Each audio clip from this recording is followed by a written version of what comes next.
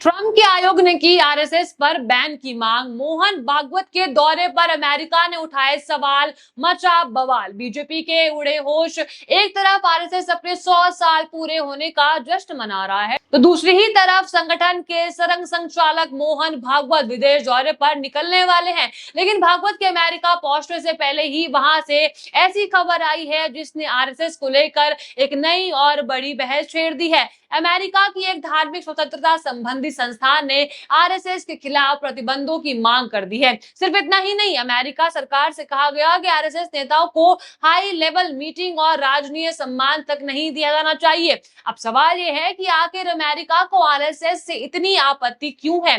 क्या अमेरिका सच में आरएसएस पर बैन लगाने जा रहा है? और अगर नहीं, तो फिर यूएससीआईआरएफ की इस मांग का मतलब क्या था?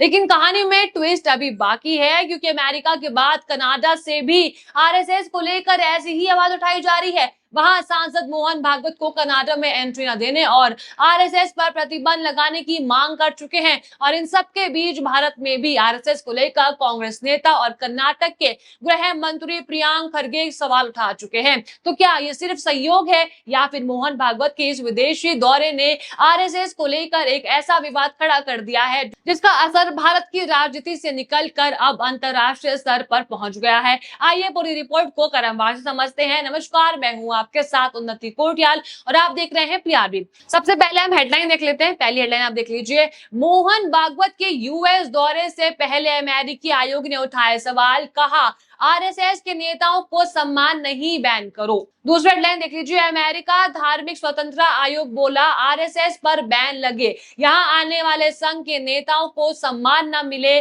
भागवत 29 अगस्त को न्यूयॉर्क जाएंगे। वहीं तीसरी हेडलाइन है, मोहन भागवत के कार्यक्रम का अमेरिका में विरोध, आरएसएस पर बैन लगाने की मांग, पीएम मोदी का भी लिया इसमें नाम। अब देखिए, आरएसएस प्रमुख मोहन भागवत 25 अगस्त से अमेरिका, कनाडा और ब्रिटेन के दौरे पर जाने वाले हैं। ये दौरा आरएसएस के शताब्दी वर्ष के दौरान संगठन की विदेशों में आउटरीच का हिस्सा बताया गया है। देखिए, अमेरिका में 29 अगस्त को न्यूयॉर्क में यूनिवर्सल वननेस सेलिब्रेशंस कार्यक्रम आयोजित होने वाला है, जिसमें मोहन भागवत के शामिल होने की बात सामने आई है। लेकिन इसी कार्यक्रम में पहले अमेरिका में आरएसएस को लेकर बड़ा बयान सामने आ चुका है। यूएससीआईआरएफ यानी United states commission on international religious freedom के अधिकारियों ने अमेरिका सरकार से आरएसएस के नेताओं को लेकर सख्त रूप अपनाने की मांग करी है। यूएससीआईआरएफ ने आरएसएस के खिलाफ सैंक्शन यानी प्रतिबंध लगाने की यहाँ पर मांग करी है और कहा कि आरएसएस नेताओं को हाई लेवल सरकारी बैठकों या फिर राजनीतिक सम्मान से नहीं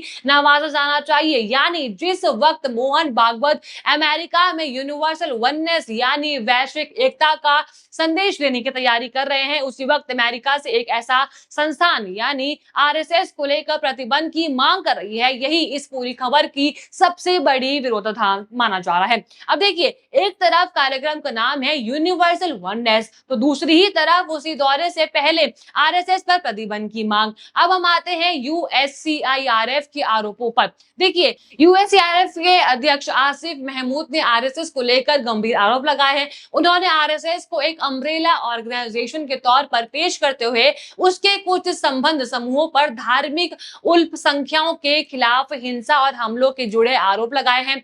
उन्होंने कमिश्नर जीन मिल्स से भी कहा कि आरएसएस नेताओं को अमेरिकी सरकार की तरफ से हाई लेवल मीटिंग या राजनीतिक शिष्टाचार नहीं देना जाना चाहिए और धार्मिक स्वतंत्रता के उल्लंघन के लिए जिम्मेदार लोगों पर प्रतिबंधों पर विचार भी किया जाना चाहिए। अब लेकिन अमेरिका में आरएसएस को लेकर विवाद अचानक शुरू नहीं हुआ है। देखिए, इससे पहले भी यूएससीआईआरएफ भारत में धार्मिक स्वतंत्रता को लेकर अपनी रिपोर्टों में भारत सरकार की आलोचना करता रहा है। मार्च में जारी उसकी वार्षिक रिपोर्ट में भारत को लेकर आलोचनात्मक टिप्पणियां की भी यहाँ पर की थी और आरएसएस और आरएडब्ल्यू रॉ जैसी संस्थाओं से जुड़े प्रतिबंधों की सिफारिश यहाँ पर की गई थी। भारत सरकार ने उस रिपोर्ट को खारिज कर दिया था और यूएससीआईआरएफ पर भारत की तस्वीर को चुनिंदा और विकृत तरीके से पेश करने का आरोप भी लगाया था। यानी भारत और यूएससीआईआरएफ के बीच इस मुद्दे पर पहले से ही टकराव मौजूद है। लेकिन इस बार मामला मामला इसलिए ज्यादा बड़ा हो चुका है क्योंकि इस बार सीधे आरएसएस प्रमुख मोहन भागवत के अमेरिका दौरे से पहले ऐसी मांग सामने आई है। और अब हम चलते हैं कनाडा में। देखिए ये हेडलाइन आप देख लीजिए, आरएसएस मोहन भागवत की एंट्री पर लगाई गई पाबंदी, कनाडा में राष्ट्रीय स्वयंसेवक संघ को आतंकी लिस्ट में डालने की मांग बवाल। देखिए मोहन भागवत के अगस्त के आखिरी में कनाडा दौरे की खबर सामने आई है। उसके और ये खबर सामने आने के बाद कनाडा की एनडीपी पार्टी के सांसद हेदर मैकफेरन और जेनी कॉन ने सरकार से आरएसएस पर प्रतिबंध लगाने और मोहन भागवत को कनाडा में प्रदेश से रोकने की यहाँ पर मांग उठा दी है। अब देखिए 7 अगस्त को दोनों सांसदों ने कनाडा सरकार के संबंधित मंत्रियों को पत्र लिखकर ये मांग दोहराई है।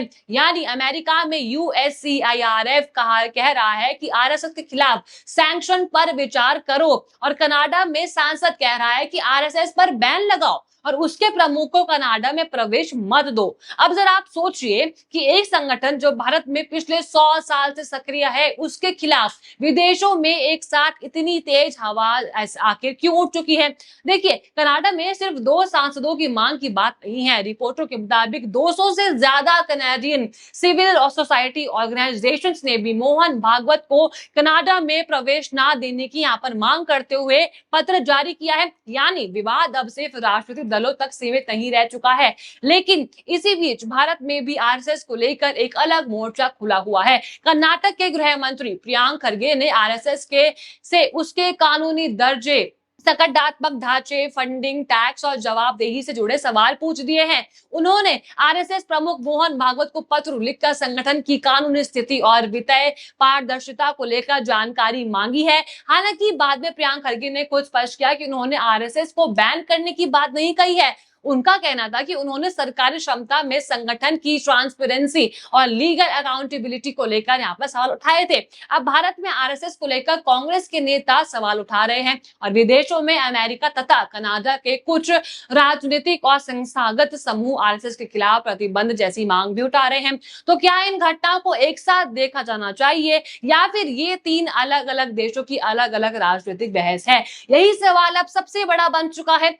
और ध्यान दीजिए कि मोहन भागवत का यह दौरा ऐसे वक्त हो रहा है जब आरएसएस अपने शताब्दी वर्ष में विदेशों में अपना संपर्क बढ़ाने पर जोर दे रहा है। अमेरिका, कनाडा, ब्रिटेन यानी आरएसएस की ग्लोबल आउटरीच एक तरफ बढ़ रही है, लेकिन उसी समय संगठन को लेकर अंतरराष्ट्रीय आलोचना भी तेज हो रही है। अब आने वाले दिनों में असली नजर इस बात पर होगी कि अमेरिकी सरकार यूएससीआईआरएफ की मांग को लेकर क्या करती है। क्या मोहन भागवत के कार्यक्रम में अमेरिका के अधिकारियों की मौजूदगी रहती है? क्या कोई हाई लेवल मुलाकात होती है? कनाडा सरकार भागवत के दौरे को लेकर क्या रुख अपनाती है? और क्या आरएसएस के खिलाफ उठ रही ये मांगे सिर्फ राजनीतिक बयान बनकर रह जाएंगी या फिर आगे चलकर किसी आधिकारिक कार्रवाई का रास्ता खोलेंगी? फिलहाल एक बात बिल्कुल साफ है कि आरएसएस के 100 साल पूरे होने के मौके पर संगठन अपनी वैश्विक मौजूदगी बढ़ाने की कोशिश कर रहा है।